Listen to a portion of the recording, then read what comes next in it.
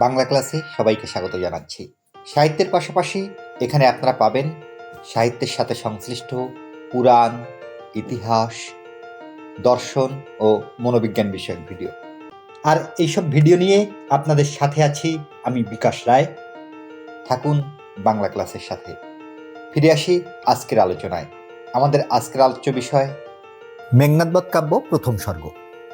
এর আগের ভিডিওতে আমি প্রথম স্বর্গের 1 থেকে 118 নম্বর লাইন পর্যন্ত আলোচনা করেছিলাম। এই ভিডিওতে আমি প্রথম স্বর্গের 119 নম্বর লাইন থেকে 482 নম্বর লাইন পর্যন্ত আলোচনা করব। সবার জন্য নির্দেশনা একই, এই সিরিজের ভিডিওগুলো প্রথম থেকে দেখুন এবং আন্ডারলাইন করা অংশগুলো ফলো করুন। এখান থেকে প্রশ্ন কিংবা ব্যাখ্যা আসতে পারে। এছাড়া এগুলো কোটেশন হিসেবে ব্যবহার করা যেতে পারে। তো প্রথমে দেখে নিই এই অংশে কি কি রয়েছে। এই অংশের 119 থেকে 138 নম্বর লাইনে রয়েছে রাবণ ও তার মন্ত্রী সারণের কথোপকথন। 119 থেকে 204 নম্বর লাইনে রয়েছে মকরাক্ষ কর্তৃক বীরবাহুর বীরত্বের বর্ণনা এবং শোক। 205 থেকে 217 নম্বর লাইন রয়েছে লঙ্কার বর্ণনা। 218 থেকে 268 লঙ্কার যুদ্ধক্ষেত্রের বর্ণনা। 269 থেকে 284 রাবণের শোক। 285 থেকে 316 নম্বর লাইনে রয়েছে সমুদ্রের প্রতি রাবণের আক্ষেপ এবং সমুদ্রের নিকট প্রার্থনা। 317 থেকে 408 নম্বর লাইনে রয়েছে চিত্রাঙ্গদা ও রাবণের কথোপকথন, পারস্পরিক অভিযোগ অনুযোগ। 408 থেকে 443 রাবণের রণসজ্জার বর্ণনা রয়েছে এবং 444 থেকে 482 নম্বর লাইন পর্যন্ত রয়েছে জলের দেবী বারুণী এবং তার দাসী মুরলার কথোপকথন। এখানে যুদ্ধের বিবরণ শোনার জন্য বারুণী মুরলাকে লঙ্কায় পাঠাচ্ছেন, কিভাবে তার বর্ণনা। এখন আসি বিস্তারিত আলোচনায়। এখানে 119 থেকে 138 নম্বর লাইন পর্যন্ত রয়েছে রাবণের মন্ত্রী সারণ এবং রাবণের কথোপকথন।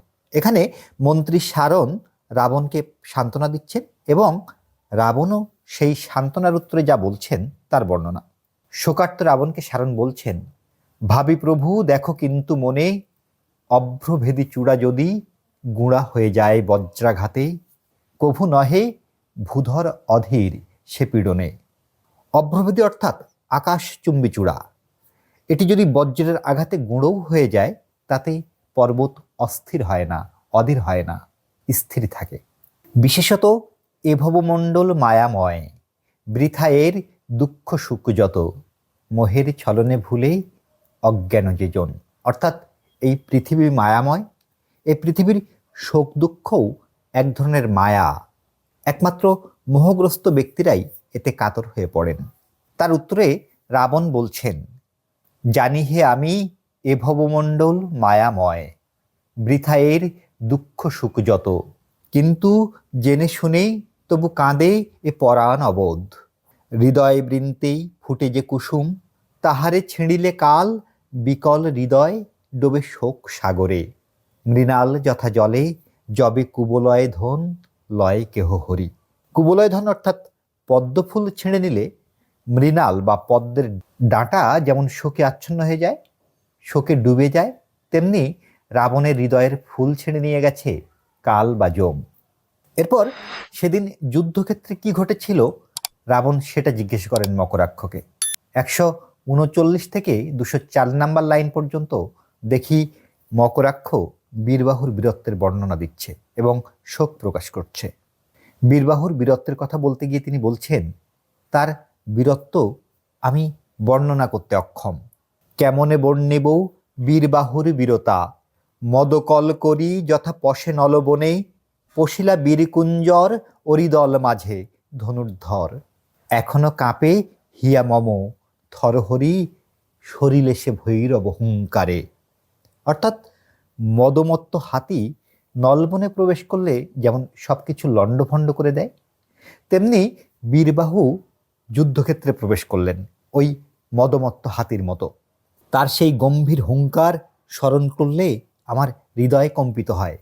তিনি আরো বলছেন যে, আমি মেঘের গর্জন শুনেছি, শুনেছি সিংহের ডাক, সমুদ্রের কল্লোল, বজ্রের ঝলকানির গতি দেখেছি আকাশে, কিন্তু এমন কোদণ্ড টঙ্কার বা ধনুকের শব্দ ও গতি আমি দেখিনি কোথাও। তিনি বলছেন, শুনেছি রাক্ষসপতি মেঘেরও গর্জনে, সিংহনাদে, জলধির কল্লোলে, দেখেছি দ্রুত ইরম্মদে দেব ছুটিতে পবন পথে, কিন্তু কভু নাহি শুনি ত্রিভুবনে এহেন ঘোর ঘর ঘর কোদণ্ড টঙ্কারে, কভু নাহি দেখি হেন স্বর ভয়ঙ্কর। এরপর তিনি বীরবাহুর মৃত্যুতে শোক প্রকাশ করছেন। একা বেঁচে ফেরার জন্য যেন তিনি অপরাধী। তিনি রাবণকে বলছেন, আর কি কহিব দেব, পূর্বজন্ম দোষে একাকী বাঁচিনু আমি, হায় রে বিধাত, কি পাপে এ তাপ আজি দিলি তুই মোরে। হায় ভগবান, আমি পূর্বজন্মে কোন পাপ করেছিলাম যে আমাকে এই যন্ত্রণা দিলি? আমাকে একা বেঁচে ফিরতে হলো যুদ্ধ থেকে।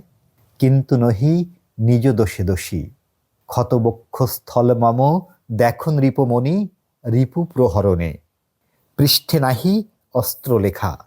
তারপর তিনি রাবণকে বলছেন, আমি কিন্তু যুদ্ধক্ষেত্র থেকে পালাইনি। দেখুন যত অস্ত্রের দাগ আমার বুকে, আমার পিঠে কিন্তু কোনো অস্ত্রের দাগ নেই। মকরাক্ষের মুখে বীরবাহুর বীরত্বের কথা শুনে রাবণ এক ধরনের গৌরব অনুভব করেন। তিনি বলেন, সাবাসী দূত, তোর কথা শুনি কোন বীর হিয়া নাহি চাহিরে পশিতে সংগ্রামে, ডমরুধ্বনি শুনি কালফনি কভু কি অলস ভাবে নিবাসে বিবরে। অর্থাৎ ডমরুর শব্দ শুনে সাপ কি কখনো গর্তে লুকিয়ে থাকে? এরপর রাবণ তার সভাসদ যারা ছিলেন তাদেরকে বলেন যে চলো দেখি যুদ্ধক্ষেত্রের কি অবস্থা। এরপর তিনি সবাইকে নিয়ে রাজপ্রাসাদের শিখরে গেলেন। এখানে 205 থেকে 217 নম্বর লাইন পর্যন্ত লঙ্কার বর্ণনা, যেখানে বলা হচ্ছে, বিবিধ রতন পূর্ণ এ জগৎ যেন আনিয়া বিবিধ ধন পূজার বিধানে, রেখে ছেড়ে চারু লঙ্কে তোর পদতলে, জগত বাসনা তুই সুখের সদন। অর্থাৎ পূজার সময় যেমন নানা উপাচারে পূজাস্থল সাজানো হয়, তেমনিভাবেই প্রকৃতি যেন নানাবিধ রত্ন দিয়ে এই লঙ্কাকে সাজিয়েছে। জগতের সবচেয়ে আকাঙ্ক্ষার জায়গা এটি, সুখের আবাস এটি। এই স্বর্গের 218 থেকে 268 নম্বর লাইন পর্যন্ত লঙ্কার যুদ্ধক্ষেত্রের বর্ণনা। এখানে একটি কোটেশন খুবই গুরুত্বপূর্ণ, এখান থেকে প্রশ্ন আসতে পারে। থানা দিয়া পূর্ব দ্বারেই দুর্বার সংগ্রামে বসিয়াছে বীর নীল, দক্ষিণ দুয়ারে অঙ্গদ করভ সম নব বলে বলি, উত্তর দুয়ারে রাজা সুগ্রীব আপনি বীর সিংহ, দাশরথী পশ্চিম দুয়ারে। অর্থাৎ চারপাশে কে কোথায় পাহারা দিচ্ছে তার বর্ণনা। থানা দেয়া মানে পাহারা দেয়া। এখানে একটি উপমাও অনেক সুন্দর। বেড়িয়াছে বৈরী দল স্বর্ণ লঙ্কাপুরী, গহন কাননে যথা ব্যাধদল মিলি, বেড়ে জালে সাবধানে কেশরী কামিনী। অর্থাৎ শত পাকে শত্রুরা এই সোনার লঙ্কাকে ঘিরে ফেলেছে, যেভাবে শিকারীরা জাল দিয়ে সিংহকে ঘিরে ফেলে। এরপর যখন রাবণ তার পুত্রের মৃতদেহের দিকে তাকান, দেখেন তার মৃত শরীরের নিচে অনেক শত্রু সৈন্য চাপা পড়ে মরে আছে। এই দৃশ্যটি ব্যাখ্যা করতে কবি আরেকটি মিথ ব্যবহার করেছেন মহাভারত থেকে। গল্পটি এরকম, ভীমের স্ত্রীদের মাঝে একজন ছিলেন রাক্ষস বংশের, তার নাম হিড়িম্বা। হিড়িম্বার গর্ভে ঘটোৎকচ নামে এক পুত্র সন্তান জন্ম হয়। কুরুক্ষেত্রের যুদ্ধের সময় যখন যুদ্ধের নিয়ম ভেঙে কৌরবরা রাত্রে যুদ্ধ শুরু করে, তখন ঘটোৎকচ পাণ্ডবদের পক্ষে যুদ্ধ করেন। এই যুদ্ধের সময় তিনি কৌরব সৈন্যদের প্রায় ধ্বংস করেই ফেলেছিলেন। বাধ্য হয়ে কর্ণ অর্জুনকে মারার জন্য যে বাণটি রেখেছিলেন সেই বাণ ব্যবহার করে ঘটোৎকচকে হত্যা করেন। এই বাণটির নাম ছিল একাগ্নিবাণ। এই বাণটি দেবরাজ ইন্দ্র কর্ণকে দিয়েছিলেন। এই বাণটির বিশেষত্ব হচ্ছে, যার নাম নিয়ে এই বাণটি ছোঁড়া হবে সে অবশ্যই মারা যাবে। মাইকেল লিখছেন, পড়িয়াছে বীরবাহু বীরি চূড়ামণি, চাপিরি পুচয়ে বলি পড়েছিল যথা, হিড়িম্বার স্নেহ নিড়ে পালিত গরুর ঘটোৎকচ, যবে কর্ণ কাল পৃষ্ঠধারী এড়িলা একাগ্নিবান রক্ষিতে কৌরবে। এখানে কাল পৃষ্ঠধারী বলতে বোঝানো হয়েছে যিনি কাল বা যমকে পিঠে ধারণ করেন। কর্ণের পিঠে এই মারণবাণ ছিল বলে এই শব্দটি ব্যবহার করা হয়েছে। এরপর এই স্বর্গের 269 থেকে 284 নম্বর লাইন পর্যন্ত রাবণের বিলাপে দেশের স্বাধীনতা রক্ষার জন্য পুত্রের মৃত্যুতে এক ধরনের গর্ব আর শোকের প্রকাশ দেখি। দেশপ্রেমের আলোচনায় এই কোটেশনটি বহুল ব্যবহৃত। যে শয্যায় আজি তুমি শুয়েছ কুমার প্রিয়তম, বীরকুল সাধ এ শয়নে সদা, রিপুদল বলে দলিয়া সমরে, জন্মভূমি রক্ষা হেতু কে ডরে মরিতে, যে ডরে ভীরু সে মূল শতধিক তারে। আর পুত্রশোকে শোকাচ্ছন্ন রাবণের উক্তি, হে বিধি এ ভবভূমি তব লীলাস্থলী, পরের যাতনা কিন্তু দেখি, কি হে তুমি হও সুখী, পিতা সদা পুত্র দুঃখে দুঃখী, তুমি হে জগৎ পিতা একি রীতি তব। এরপর 285 থেকে 316 নম্বর লাইন পর্যন্ত সমুদ্রের দিকে চেয়ে রাবণের স্বগতোক্তি শুনি। এই অংশটুকু সমুদ্রের প্রতি রাবণ ছিল নামে একসময় উচ্চ মাধ্যমিকে পাঠ্য ছিল। সাগরের বুকে রামচন্দ্র যে সেতু নির্মাণ করেছেন সেটি যেন একটা দাসত্বের শৃঙ্খল। সেজন্য অভিযোগের সুরে রাবণ বলছেন, কি সুন্দর মালা আজি পরিয়াছ গলে প্রচেত, হাধিক ও হে জলদলপতি, এই কি সাজে তোমারে, অলঙ্ঘ অজেয় তুমি, এই কি হে তোমার ভূষণ রত্নাকর। এখানে আরেকটি উপমা অনেক সুন্দর। রাবণ বলছেন, অধম ভালুকেই শৃঙ্খলিয়া জাদুকর খেলে তারে লয়ে, কেশরীর রাজপদ কার সাধ্য বাঁধে বিতংশে। এখানে কেশরী শব্দের অর্থ সিংহ আর বিতংশ অর্থ ফাঁদ। অর্থাৎ ভালুককে বন্দি করে জাদুকররা খেলতে পারে, কিন্তু কেউ কি সিংহকে বেঁধে রাখতে পারে? এছাড়া এই অংশে একটি মিথও ব্যবহৃত হয়েছে। তিনি সাগরকে উদ্দেশ্য করে বলছেন, এই যে লঙ্কা হৈমবতী পুরী, শোভে তব বক্ষস্থলে হে নীলাম্বু স্বামী, কৌস্তভ রতন যথা মাধবের বুকে, কেন হে নির্দয় এবে তুমি এর প্রতি। নীলাম্বু স্বামী অর্থ নীল জলের অধিপতি বা সাগর, অম্বু মানে জল। তো এই যে সোনার লঙ্কা, এই লঙ্কা সাগরের বুকে কৌস্তভ রতনের মতো। কৌস্তভ রতন হচ্ছে একটি দামি রত্ন। এটি সমুদ্র মন্থনের সময় পাওয়া গিয়েছিল। এটি শুধুমাত্র বিষ্ণুর বুকেই শোভা পায়, অন্য কারো এই রত্ন ধারণ করার মতো সক্ষমতা নেই।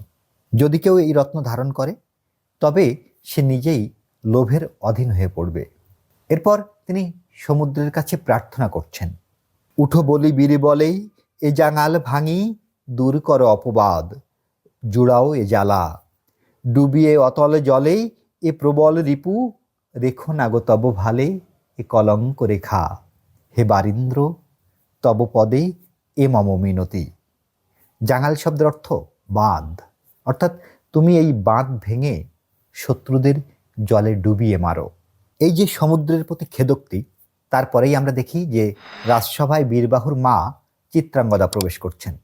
317 নম্বর লাইন থেকে 408 নম্বর লাইন পর্যন্ত চিত্রাঙ্গদা ও রাবণের পারস্পরিক অভিযোগ অনুযোগ, যেখানে চিত্রাঙ্গদা বলছেন, একটি রতন মোরে দিয়াছিল বিধি কৃপাময়, দিনও আমি থুয়েছিনু তারে রক্ষা হেতু তব কাছে, রক্ষকুলমণি তরুর কোটরে রাখে শাবক যেমতি পাখি, কোথা তুমি রেখেছ তাহারে লঙ্কানাথ। অর্থাৎ পাখি যেমন তার বাচ্চাকে রক্ষা করার জন্য গাছের কোটরে রাখে, তেমনি আমার সন্তানকে তোমার কাছে রেখেছিলাম, তুমি তাকে কোথায় রেখেছ। তারপর বলছেন, রাজার কর্তব্য হচ্ছে গরিবের সম্পদ রক্ষা করা, আর তুমি তো রাজকুলেশ্বর, রাজাদের মধ্যে শ্রেষ্ঠ, তুমি বলো আমার সন্তানকে কোথায় রেখেছ। কবি লিখছেন, দরিদ্র ধন রক্ষণ রাজধর্ম, তুমি রাজকুলেশ্বর, কহ কেমনে রেখেছ কাঙালিনী আমি রাজা আমার সে ধনে। এর উত্তরে রাবণ চিত্রাঙ্গদাকে বলছেন, এ বৃথা গঞ্জনা প্রিয়ে কেন দেহ মোরে, গ্রহদোষে দোষী জনে কে নিন্দে সুন্দরী। আগে মানুষরা মনে করত যে মানুষের ভাগ্য নিয়ন্ত্রণ করে গ্রহগুলো। রাবণও মনে করছেন যে গ্রহগুলোর অবস্থানের ফেরে তার এই বিপর্যয়। তারপর তিনি চিত্রাঙ্গদাকে বলছেন, এক পুত্র শোকে তুমি আকুলা ললনে, শতপুত্র শোকেই বুক আমার ফাটিছে দিবানিশি। আর শেষ পর্যন্ত তিনি বলছেন, বিধি প্রসারিছে বাহু বিনাশিতে লঙ্কা মম কহিনু তোমারে। এর উত্তরে চিত্রাঙ্গদা তাকে বলছেন, কিসের কারণে কোন লোভে কহ রাজা এসেছে এদেশে রাঘব, বামন হইয়া কে চাহে ধরিতে চাঁদে, কাকদর সদা নম্র শির, কিন্তু তারে প্রহারয়ে যদি কেহ, ঊর্ধ্বফনা ফণি দংশে প্রহারকে। অর্থাৎ কাকদর বা সাপ সবসময় মাথা নিচু করে চলে, কিন্তু তাকে যদি কেউ আঘাত করে তবে সে আঘাতকারীকে কামড়ে দেয়। এবং বলছেন, হায় নাথ নিজ কর্ম ফলে মজালে রাক্ষস কুলে মজিলা আপনি। এরপর রাবণ ক্রুদ্ধ হয়ে নিজেই যুদ্ধযাত্রার আয়োজন করে। 408 থেকে 443 নম্বর লাইন পর্যন্ত রাবণের যুদ্ধযাত্রার বিবরণ পাই আমরা। এখানে একটি লাইন বেশ গুরুত্বপূর্ণ, পরীক্ষায় প্রশ্ন হিসেবে আসে। আমি তার প্রেক্ষাপট সহ লাইন কটি উচ্চারণ করছি। এতদিনে কহিলা ভূপতি বীরশূন্য লঙ্কা মম, একাল সমরে আর পাঠাইব কারে, কে আর রাখিবে রাক্ষস কুলের মান, যাইব আপনি অরাবণ অরাম বা হবে ভব আজি। অর্থাৎ আজ হয় রাবণ নতুবা রাম পৃথিবী থেকে বিদায় নেবে। শুরু হয় রাবণের যুদ্ধযাত্রার আয়োজন। মূলত 417 থেকে 443 নাম্বার লাইন পর্যন্ত এই যুদ্ধ সাজের বর্ণনা রয়েছে। আমি শেষের দিকের কয়েকটি লাইন ব্যাখ্যা করছি। গম্ভীর রোলেই বাজিল চৌদিকেই রণবাদ্য, হয় বুহু হেরেছিল উল্লাসে। মানে ঘোড়া উল্লাসে চিৎকার করে উঠল, গরজিল গজ শঙ্খ নাদিল ভৈরবে, হাতি গর্জন করে উঠল, শাঁখ বাসল, কোদণ্ড টঙ্কার সহ অশির ঝনঝনি রধিল শ্রবণ পথ মহাকোলাহলে। ধনুকের টঙ্কারের সাথে তরবারির ঝনঝন শব্দে কানপাতা দায় হয়ে উঠল। এরপর 444 নাম্বার লাইন থেকে 482 নাম্বার লাইন পর্যন্ত আমরা শুনি জলের দেবী বারুণী তার সখী ও দাসী মুরলার সাথে কথা বলছেন। আসলে রাবণের এই যুদ্ধযাত্রার আয়োজন ও রাবণের সৈন্যরা যখন যুদ্ধক্ষেত্রে যাত্রা শুরু করলো, সে সময় এই যোদ্ধাদের পদভারে লঙ্কা কেঁপে উঠল, সমুদ্র গর্জে উঠল প্রচণ্ডভাবে। সাগরের নিচে তখন জলের দেবী বারুণী মুক্ত ফল দিয়ে তার চুল বাঁধছিলেন। সেখানে পৌঁছে গেল রাবণের যুদ্ধযাত্রার আওয়াজ। তখন তিনি তার দাসী মুরলাকে প্রশ্ন করলেন যে দুষ্টু বায়ুগুলো হঠাৎ কি কারণে ক্ষেপে উঠল। কারণ কিছুদিন আগেই দেবরাজ ইন্দ্রের সভায় পবন দেবের সাথে বা বায়ুদেবতার সাথে তার কথা হয়েছিল, তিনি এই দুষ্টু বায়ুগুলোকে কারাগারে বেঁধে রাখবেন। সেই পবন কেন তাকে এই যন্ত্রণা দিতে আসলো?